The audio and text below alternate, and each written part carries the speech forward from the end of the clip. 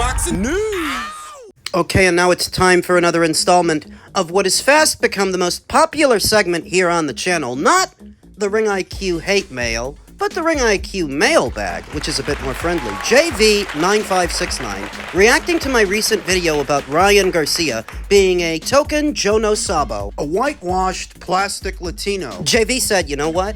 I guess I'm not Mexican either, since I'm not a national. The identity politics are getting old now that this Joe No Sabo thing has picked up steam within the boxing community. Yeah, maybe the boxing community just now took notice of it, but it's been a thing for ages, JV. And you know that! Humanity is a joke for dwelling on the same divisive subjects that have caused conflicts for generations throughout history. Well, I don't look at this as being divisive. I look at it as being factual. Ryan Garcia is not a Mexican national categorically, by definition, the same way that Zurdo Ramirez is or William Zepeda. When you really look at those individuals, they have very little in common in terms of composure and culture. They ain't the same thing. JV continued, the majority are ruled by things like materialism and vanity anyway. Well, welcome to Earth. But I don't look at this as being a divisive subject so much as a factual one. Ryan Garcia being dubbed a Joe No Sabo has everything to do with not being fluent in Espanol,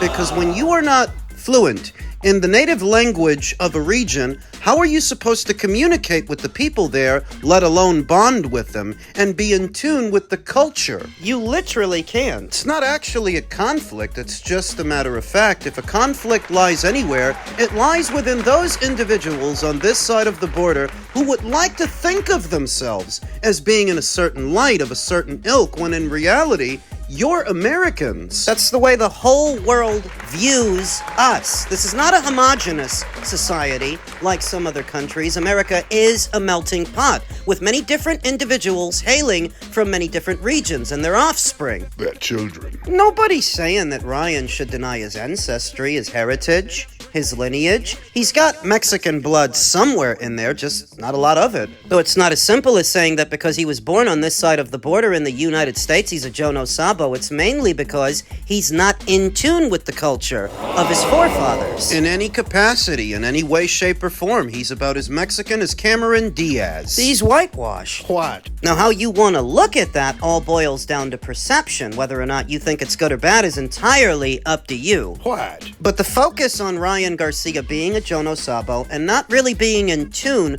with his Mexican roots, and how that pertains to boxing, as we all know in this country, the Chicano fight fans and the Mexican nationals move the needle more than any other two demographics in the sport right now in this country. So if Ryan doesn't really have access to them, it's because he's whitewashed. No, in spite of this, he is still popular in some circles with the teens and tweens, that younger demographic. Other Joe No Sabos like himself. So it's not the end of the world. But Ryan Garcia is to the West Coast what Danny Garcia always has been to the East Coast. To the Puerto Ricans, and we've broached that Joe No Sabo any number of times here on the channel over the years. Why is it that Danny doesn't have the following behind him that, say, Felix Trinidad had, or Miguel Cotto after him? Or Zender now. It's because Danny is not in tune with his Puerto Rican roots, and a big part of the reason is he doesn't speak the language. If you look at Danny, he cares more about cosplaying a black guy than being a Puerto Rican one. When you look at Ryan, cares more about cosplaying a white guy. Remember when Danny Garcia made an attempt at becoming a recording artist? What kind of music did he produce? Was it salsa? Was it reggaeton? Playero? No, it was rap. Ryan literally did the same thing. He recorded an album or a single or whatever it was, and it wasn't cumbia, it wasn't corridos. Wasn't the kind of music native to the Mexican region. It was rap. So why should anybody become offended that Ryan Garcia is being dubbed a whitewashed Joe No Sabo? What? This is sort of a sensitive subject to some people, while just a matter of fact to others. This being a melting pot phenomena unique among Americans is they like to think of themselves as being a lot of things in terms of heritage and lineage. But for a guy like Ryan, categorically, he is an American. More than he's anything else, he's that. In men's middleweight news, Paulie Malignaggi says Jeff Fenech changes Tim Tszyu's mindset. Paulie Malignaggi believes Tim Tszyu's biggest improvement against Errol Spence Jr. may have little to do with technique. The former two-weight world champion said Fenech's influence is more likely to show up in Tszyu's mentality than in any dramatic technical adjustments after only one training camp. It is possible. I mean, Diego Pacheco just had his first training camp with Buddy McGirt in his corner, and we see the difference it made. So, it is possible that being with Jeff may have already had an effect on Tim Tszyu. I feel like, if anything, the psychology of Tim with Fenech will be to fight more than flight, Malignaggi said to the Punch podcast. I think, if anything, Fenech's bringing anything to the table with Tim, it would be more of a mindset than anything else. Pedro Diaz is a very technical trainer, but it doesn't seem like that's what Tim needed. I think Tim needed more of the psychological stuff. You know, I didn't think about it that way. Malignaggi said Fenech's own fighting style is the reason he expects a more aggressive version of Tszyu on Saturday. Instead of trying to overhaul Tszyu's fundamentals in one camp, he sees the Aussie great reinforcing an attacking mentality that fits the challenge posed by a returning Spence. He did say that one technical adjustment he would like to see is that Tszyu's left hook could become a bigger weapon against the southpaw. Malignaggi expects Fenech to urge Tszyu to test Spence from the opening bell, instead of allowing the former unified welterweight champion to ease back into competition after a 3-year layoff. I would expect an aggressive Tim Tszyu, Malignaggi said. I don't see how you cannot start out of this fight aggressively against Spence when you consider what's in front of you and the question marks about Errol. Malignaggi did say that Tszyu has been hurt early in previous fights, making that approach a calculated gamble. He expects Fenech to press Tszyu into an aggressive start, looking ahead to fight night. Malignaggi said he isn't expecting a wholesale technical change after one camp together. Yeah, because altering a guy's technique and improving upon it actually takes a lot more time than altering his mindset. Those effects can be a bit more immediate, whereas improving upon technique and making additions, that takes repetition. That takes time. We only got a short glimpse of a more technical Tim Tszyu under Pedro Diaz his last 2 fights,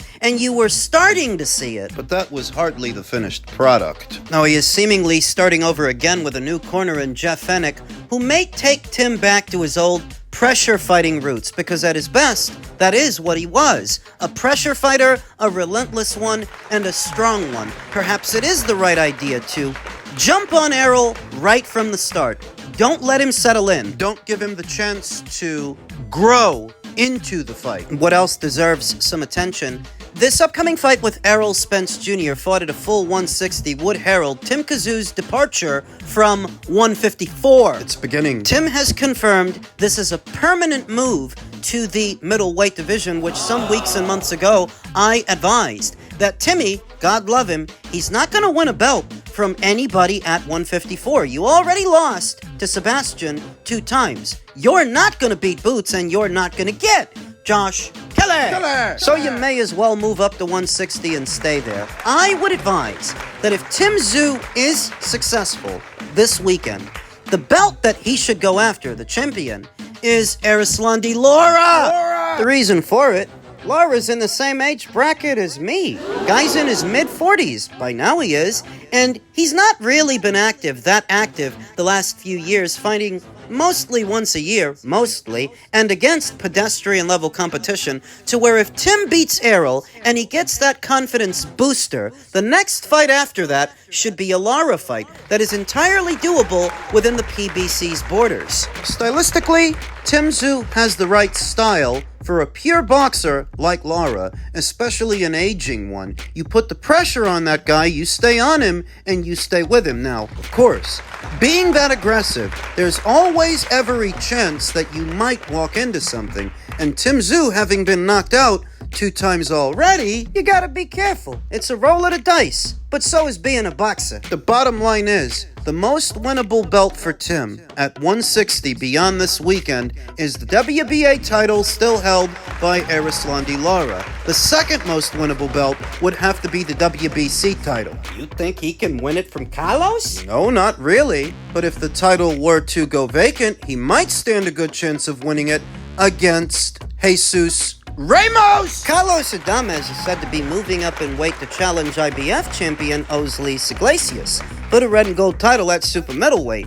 If that story checks out, Jesus may get elevated to full WBC champion, at which point, if Tim Tszyu wins this weekend, that'd be a nice fight for him to have. A winnable fight. Remember, Jesus Ramos is really just a junior middleweight that moved up just like Tim, just like him. And isn't this what I told you? That things in the middleweight division don't really start to liven up until it's those smaller fighters moving into it. That the middleweight division historically has always been this way. If Tim Tszyu is successful this weekend, and he sends Errol Spence Jr. back into perpetual retirement, he shouldn't come to America looking to make a name for himself here. He should take the same stance that Inoue has taken. Inoue did not allow himself to be pressured and to be bullied into boxing in the United States, where they really don't watch the fighters at the lower weights anyway, by his critics, by his detractors. He focused on his adoring public, and coincidentally, he's one of the highest paid boxers in the sport right now.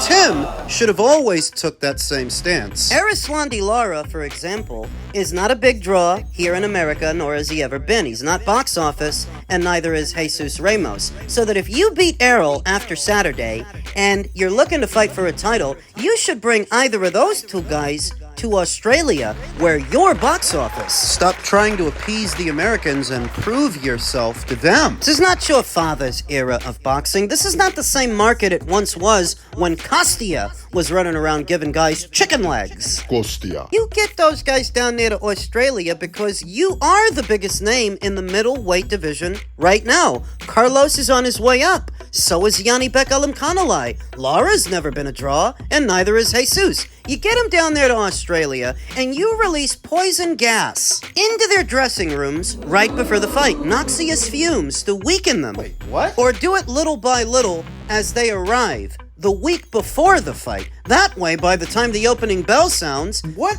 are you saying? I'm saying there's no good reason for a box office attraction that draws a big crowd like Tim does in Australia to be traveling to America to fight in front of a few hundred people. It makes absolutely no sense. He never should have done it, and you can pinpoint his downfall to when he started doing that. Suffering losses that he didn't need to suffer in pursuit of approval from the Americans who don't like anybody, don't support anybody. They don't even support their own. Now, as it pertains to the fight that Tim Tszyu is about to have this weekend, the pay-per-view, Boxing Insider Rick Glaser had a few choice words about the whole thing, the whole schedule this weekend, saying, "You don't have to wonder why boxing can't get out of its own way. DAZN Boxing put these fights on pay-per-view, and that's ridiculous. Anthony Joshua against a nobody that even diehard boxing fans haven't heard of, and in a separate show, hasn't fought in 3 years, Errol Spence versus Tim Tszyu. Neither warrant pay-per-view, not even close to warranting pay-per-view.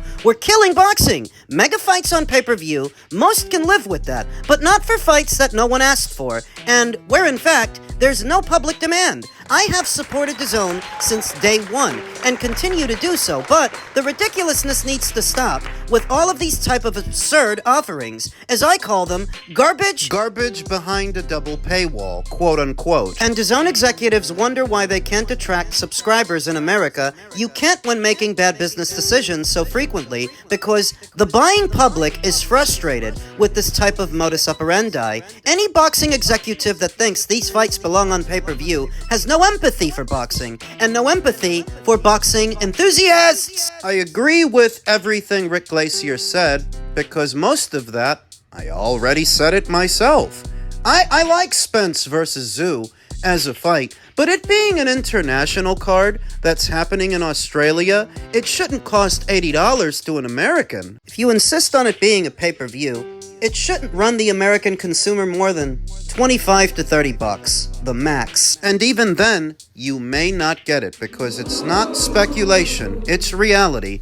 Garcia versus Ben, that is a bigger fight than this weekend's fights. It's not pay-per-view. They don't gotta pay extra to see that. They're gonna get that on Paramount at no additional charge. Joshua versus Fury, towards the end of the year, That's supposed to end up on Netflix at no additional charge. How can you justify charging people what you're charging them this weekend when bigger fights than this come at no additional charge? Now, some made the recommendation under Rick Glacier's initial post that you get all this weekend stuff free if you sign up to the Ultimate Tier, but signing up to the Ultimate Tier isn't free.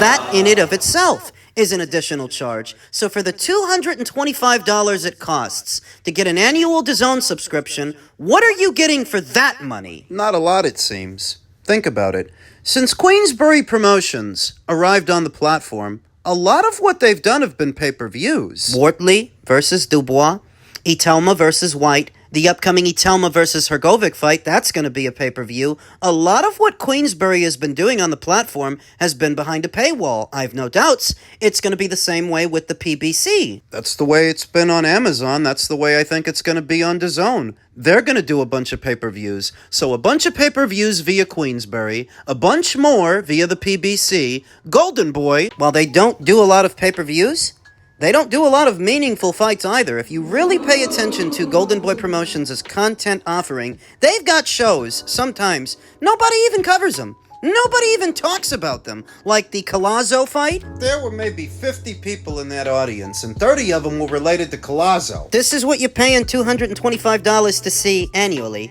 You then look over at Matchroom, who probably hosts the most generous content offering of every major promoter on the platform, because they do a lot of regular shows, but a lot of those shows are in the UK. You're expecting Americans to give you $225 American to see a bunch of British fights? Even worse, that the Brits pay less for the annual than we do. They pay less per month than we do, and they pay less for the annual than we do. How much sense does it make to charge Americans more money to see British fighters than you charge the British? Now, all in between there, you get a series of smaller promotional outfits from around the world. Some right here in the United States, like Salida Promotions. North of the border, Eye of the Tiger. Over there in Denmark and Germany, I think Dream Boxing. They do work with a series of smaller regional promotional outfits, but that hardly makes up for the cover charge. You think Americans are telling themselves I need to give these guys $225 or $400